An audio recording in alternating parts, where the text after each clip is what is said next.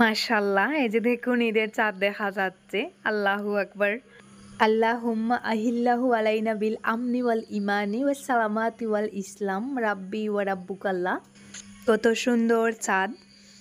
এদিকে চাঁদ রাতের মেহেন্দি পড়া চলতেছে, সবাই মেহেন্দি পড়তে ব্যস্ত। আসসালামু আলাইকুম।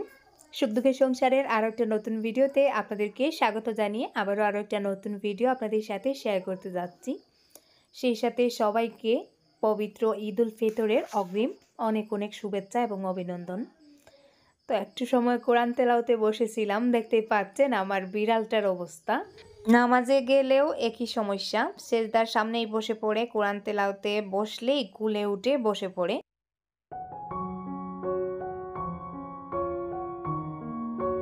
সকাল সকাল বাজারে আরিয়ানের বাবাকে পাঠিয়েছিলাম ছোটো মাছ আনার জন্য।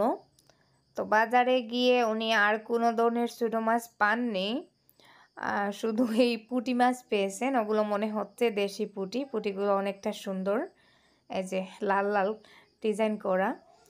তো আমি একটু ছোটো মাছের ঝোল করে খেতে চাইছিলাম, কিন্তু শেষ পর্যন্ত আমি যে মাছটা পছন্দ করি না ওইটাই এসেছে। পুঁটি মাছ আমার একেবারে পছন্দ না। তো মাছগুলো আনার সাথে সাথে এখানে ওয়াহিদা এবং রাহিলা মাছগুলো কাটতে বসেছে। ওরা কিন্তু খুব সুন্দরভাবে মাছ কাটতে পারে। আমিও ওদের মতন করে পারি না, পারি তবে একটু বেশি সময় লাগে। তো ওরা কিন্তু খুব তাড়াহুড়ো করেই মাছ কেটে নেয়, দুইজনই খুব সুন্দর করে মাছ কাটতে পারে মাশাআল্লাহ। তাই এখন আমার আর ছোটো মাছ খেতে অসুবিধা হবে না মনে হচ্ছে, ওরাই সুন্দর করে কেটে দেয়।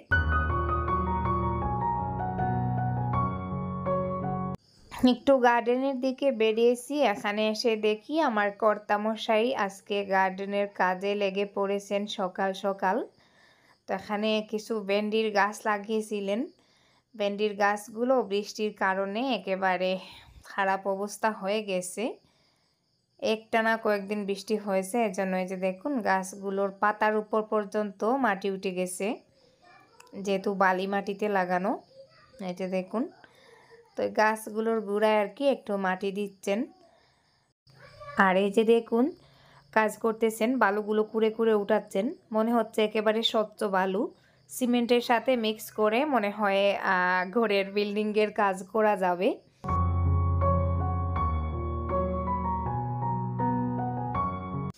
রমজান মাসে আরিয়ানের বাবার ওজন অনেকটা কমে গেছে, সেই সাথে পেটটাও কমে গেছে। এটা সত্যি একটা ভালো লাগার বিষয়। তো ওইদিকে আমিও একটু কাজে লেগে পড়েছি। এখানে বালতির মধ্যে পানি নিয়েছি আর একটু সার দিচ্ছি, মানে সারটা পানির মধ্যে গুলে আমার ডাঁটা গাছগুলোর গোড়ায় দেব। ডাঁটা সিডগুলো লাগানোর আগে মাটির মধ্যে একবার গোবর সার আর অন্যান্য আরও 2 ধরনের সার আর কি প্রয়োগ করা হয়েছিল। তো এই কয়েকদিনের অনবরত বৃষ্টির কারণে মাটিতে যে বলটা ছিল, মানে যে সারটা দেওয়া হয়েছিল সেটা হয়তো ধুয়ে চলে গেছে, তাই গাছগুলো একেবারেই লাল হয়ে গেছে, দেখতে পাচ্ছেন। তো আমি ভাবলাম একটু সার গুলে পানিটা দিয়ে দেখি, হয়তো গাছগুলোর কালারটা আবারও ফিরে আসতে পারে। প্রথম দিকে আপনারা দেখেছেন ডাঁটার গাছগুলোর কালারটা কিন্তু খুবই সুন্দর ছিল, কিন্তু ওই কয়েকদিনের বৃষ্টির কারণে এখন পাতাগুলো আস্তে আস্তে লাল হয়ে যাচ্ছে।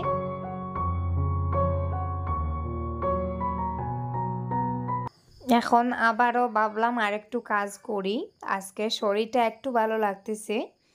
তো এখানে আমার বড় নাগামরিচের গাছের পাশে আরও যে ছোটো ছোটো 2টা নাগামরিচের গাছ লাগিয়েছিলাম। যখন বৃষ্টি হয়েছিল তখন দেখা গিয়েছিল গাছগুলো মাটির সাথে মিশে যাচ্ছে। আমি গাছগুলোর আশা প্রায় ছেড়েই দিয়েছিলাম, ভাবছিলাম ওই ছোটো গাছগুলো আর হবে না।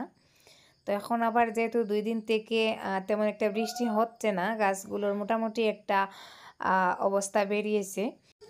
আর বর্তমানে বর্ষাকাল শুরু হয়ে গেছে, যে কোনো মুহূর্তে বৃষ্টি চলে আসে। তো আমি ভাবলাম ওই শুকনো সময়টা আর মিস করে লাভ নেই, গাছগুলোর গোড়ায় একটু ইউরিয়া সার আর গোবর সার দেই। তো এই যে দেখুন গাছগুলোর চারপাশের মাটিটা আমি সরিয়ে দিচ্ছি। আমি যেভাবে আর কি নাগামরিচের গাছের পরিচর্যা করি, তো সেটাই আপনাদেরকে দেখাচ্ছি। দুই পাশে প্রায় 3 আঙ্গুল সরিয়ে আমি মাটিটা কুড়ে নিয়েছি আর তার উপরে একটু গোবর সার দিয়েছি, শুকনো গোবর সার, আর তার উপরে হালকা করে একটু ইউরিয়া সার ছিটিয়ে দিলাম। ওই সারটা যদি গাছের শেকড়ে বা পাতায় বা গোড়ায় লেগে যায় তাহলে কিন্তু গাছটা মরে যাবে, এটা 100% শিওর। তাই সারটা খুব সাবধানে দিতে হয়। আর ইউরিয়া সার যেহেতু গাছকে বেড়ে উঠতে সাহায্য করে, ওই জন্য আর কি আমি প্রথম দিকে ইউরিয়া সারটা দেই, পরে ফল আসার জন্য অন্যান্য সার দেই। তো এই যে দেখুন আমি অনেকটা দূরে সারটা দিয়েছি, তার উপরে আবার আলতো করে মাটি দিয়ে দিচ্ছি যাতে মাটির ঝটকার সাথে যদি গাছের মধ্যে সার লেগে যায় তাহলে ছোটো গাছটা একদিনের মধ্যেই পচে যাবে। আর এই যে দেখুন কত ছোটো একটা গাছ, তো সামনের দিকে গাছটা কত বড় হয় সেটা তো আপনারা ভিডিওতে দেখতেই পাবেন।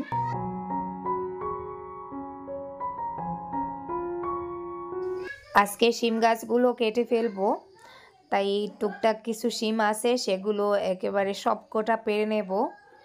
শিমগুলো পেরে তারপরে গাছগুলো কাটবো। তো যাই হোক আমি কাজ করি, আপনারা দেখতে থাকুন আর রিকোয়েস্ট করব স্কিপ না করে ভিডিওটা শেষ পর্যন্ত দেখার চেষ্টা করুন। ইনশাল্লাহ আজকের ভিডিওটা আপনাদের কাছে ভালো লাগবে, কারণ আজকের ভিডিওতে আমি অনেক কিছু শেয়ার করব। তাই ভিডিওটা শেষ পর্যন্ত দেখতে থাকুন। আর সেই সাথে যারা এখনও ভিডিওতে একটা লাইক দিতে ভুলে গেছেন প্লিজ একটা লাইক দিয়ে ভিডিওটা কন্টিনিউ করুন। আর যে আপু ভাইয়েরা আজকে আমার চ্যানেলে নতুন, চ্যানেলটাকে এখনও সাবস্ক্রাইব করেননি, প্লিজ চ্যানেলটাকে সাবস্ক্রাইব করে দিতে পারেন যদি আমার ভিডিওর কোনো একটা অংশ আপনাদের কাছে ভালো লেগে থাকে। তো এখানে ওয়াহিদা গাছগুলো কেটে ফেলছে।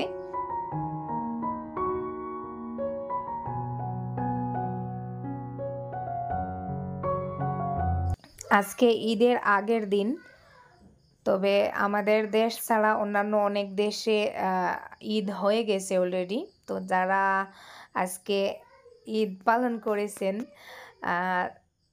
তো আপনাদের ঈদ কেমন কাটলো অবশ্যই কমেন্টে জানাতে পারেন। আর আমাদের ঈদ তো আগামীকালকে, তো আজকে বাড়িটাকে একটু পরিষ্কার করতে হবে। আসলে আমাদের স্কুলের স্ট্রাকচারের কাজ শেষ হয়েছে, আর এখনও কিছুটা বাড়তি কাঠ আর কি রয়ে গেছে, ওই কাঠগুলো লাগেনি। তো ওই কাঠগুলো পরে বিক্রি করে দেব। এখন উঠোনের মধ্যে আর কি কাঠগুলো বৃষ্টিতে ভিজে নষ্ট হচ্ছে, তাই ওই কাঠগুলো স্কুলের বারান্দায় আর কি এক পাশে যত্ন করে রেখে দিচ্ছি। আপাতত বিক্রি করব না, যখন প্রয়োজন পড়বে তখন বিক্রি করব, তার আগে এভাবেই আর কি ভাবলাম রেখে দেই।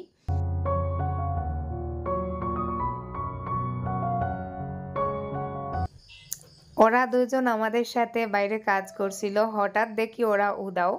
তো এখন ঘরে এসে দেখি ওরা এই যে দেখুন কি কাজ করতেছে, চুলে কালার করতেছে। আমি 2 প্যাকেট ব্ল্যাক কালার নিয়েছিলাম চুলে দেওয়ার জন্য, মানে ওদের চুলেই দেওয়ার জন্য। সত্যি কথা বলতে ওদের চুলগুলো একেবারে পাটের মতন লাল। তো আমি বলেছিলাম আমি দিয়ে দেব, কিন্তু ওরা আর তর সইছে না। এসে দেখি ওরা এই যে দেখুন কি হাল করেছে, পুরো গলা, কান, মাথা, মুখ একেবারে নাজেহাল অবস্থা করে দিয়েছে। আমার আর অপেক্ষা করতে পারেনি। আর ওইদিকে বের হয়ে দেখি এই যে আরও একজন আসতেছেন ওনার বন্ধুবান্ধব নিয়ে, মানে আমার ছাগলটা যখনই বাড়িতে আসবেন ওনার বন্ধুবান্ধবদেরকে নিয়ে আসবেন। এই যে দেখুন এসেছেন, ক্যামেরা দেখে উনি কি সুন্দর করে পোজ দিচ্ছেন। আর ওইদিকে এই যে দেখুন ওনার 4 জন বন্ধু আর বান্ধবী এসেছেন, মানে ওনাদেরকে সাথে নিয়ে এসেছেন। এখন আমাকে দেখে বয়ে পালিয়ে যাচ্ছে ওরা। আর উনি এসে বারান্দায় যে ফ্যানের নিচে শুয়ে আছেন। উনি কিছুক্ষণ মাঠে যাবেন ঘাস খেয়ে, তারপরে যখন গরম লাগবে তখন বাসায় এসে এভাবে এই যে দেখুন ফ্যানের নিচে শুয়ে থাকেন। আমার পেছনের ব্যালকনিতে যে ফ্যানটা লাগানো, তো ওই ফ্যানের নিচে এসে এভাবে শুয়ে থাকেন ক্লান্ত হয়ে। তো উনি ক্লান্ত হয়ে শুয়ে আছেন দেখে আমি ওয়াহিদাকে বললাম এখান থেকে কিছু পাতা ছিঁড়ে দিতে। তো ওয়াহিদা কিছু পাতা ছিঁড়ে দিচ্ছে, ওই পাতাগুলো আমার ছাগল খেতে কিন্তু খুবই পছন্দ করে। তো ওয়াহিদা এনে পাতা দিয়েছে। আর এই যে দেখুন উনি ফ্যানের নিচে দাঁড়িয়ে দাঁড়িয়ে পাতাগুলো খাচ্ছেন খুব আরাম করে। মাঠ থেকে ঘাস খেয়ে যখন বাসায় ফিরে তখন কিন্তু ওর সাথে 2-3 জন বন্ধুবান্ধব আসে, আর ওরাও কিন্তু ওর সাথে এসে গড়ে ঢুকে যেতে চায়। আর এই যে দেখুন আরও একজন, উনি গতকাল রাতে কোথায় গিয়েছিলেন, এখন সকালবেলা এসে যে দেখুন নিজে নিজে দরজা খুলে ঘরে এসে শুয়ে আছেন ফ্লোরে, ওনারও মনে হয় গরম লেগেছে। হয়ে গেছিলা? হ্যাঁ আমি আইয়ার তাই আইয়া হয়ে গেছিল আপনি? হ্যাঁ কই? হেই হ্যালো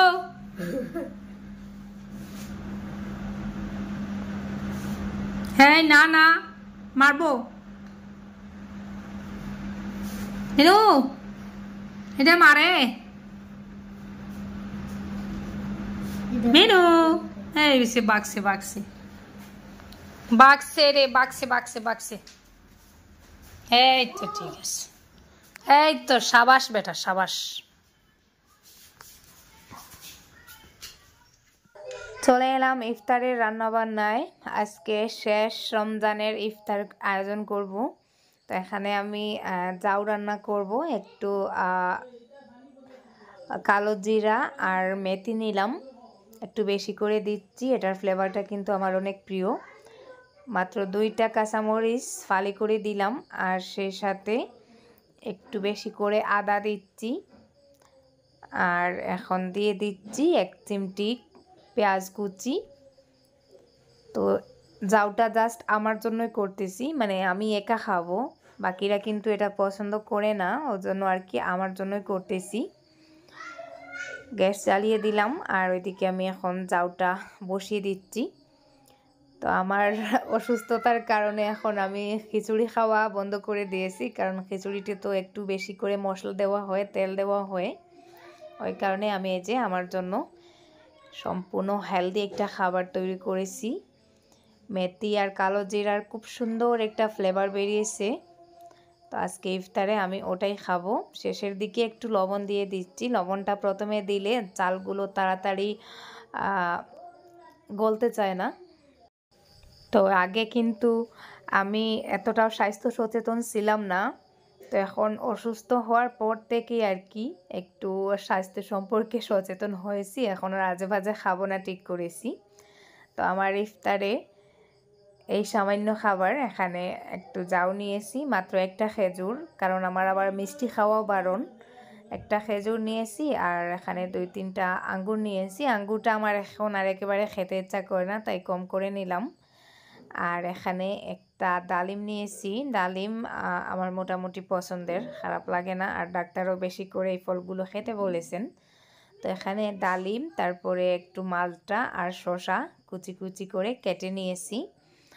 তো এটাতেই আমার পেট অর্ধেকটা ভরে যাবে, আর ভাতের ক্ষুধাটাও আসলে অনেকটা কমে যাবে। এই মুহূর্তে ভাত একেবারে অল্প করে খাচ্ছি, আর বাকিদের জন্য খিচুড়ি করেছি, ছোলা ভুনা, আর এইসব টুকটাক। আজকের ইফতার একেবারে সিম্পল টুকটাক আর কি। তো যাই হোক, ইফতারের সময় হয়ে গেছে, আমি খিচুড়িটা খাবো, আর সেই সাথে যে ফ্রুটসগুলো নিয়েছি ওগুলো খেয়ে এখন নামাজ পড়তে চলে যাব।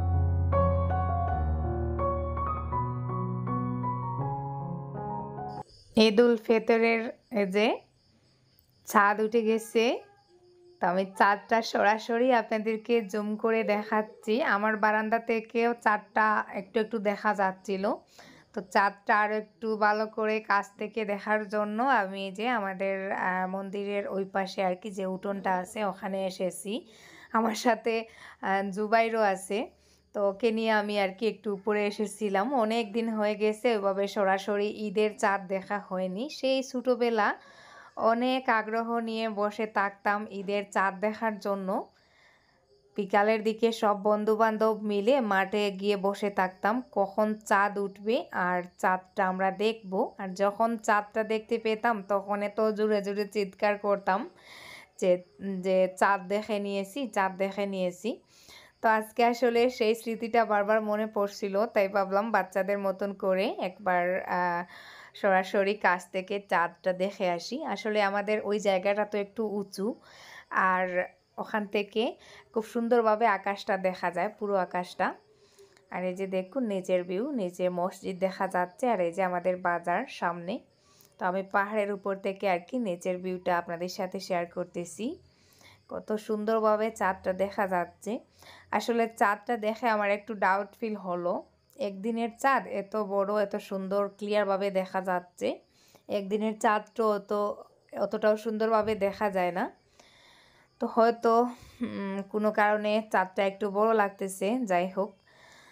তো এখন আস্তে আস্তে আবার বাসায় চলে যাচ্ছি। বাসায় এসে দেখি ওরা অধীর আগ্রহে আমার জন্য অপেক্ষা করতেছে, চাঁদ রাতে মেহেন্দি পরবে। তো আগে তো আমি একা থাকতাম, শিফা ছিল। শিফা আমার মতন মেহেন্দি পরতে অতটা পছন্দ করতো না। তো ওরা কিন্তু মেহেন্দি পরতে খুবই পছন্দ করে, তাই দিনের বেলা আমাকে বলেছিল মেহেন্দি আনিয়ে দিতে। তো আমি টাকা দিয়েছিলাম, ওরা মেহেন্দি কিনে এনেছে আর মেহেন্দিটা নিয়ে বাইরে বসে অপেক্ষা করতেছে আমার জন্য, আমি নাকি ওদেরকে পরিয়ে দেব।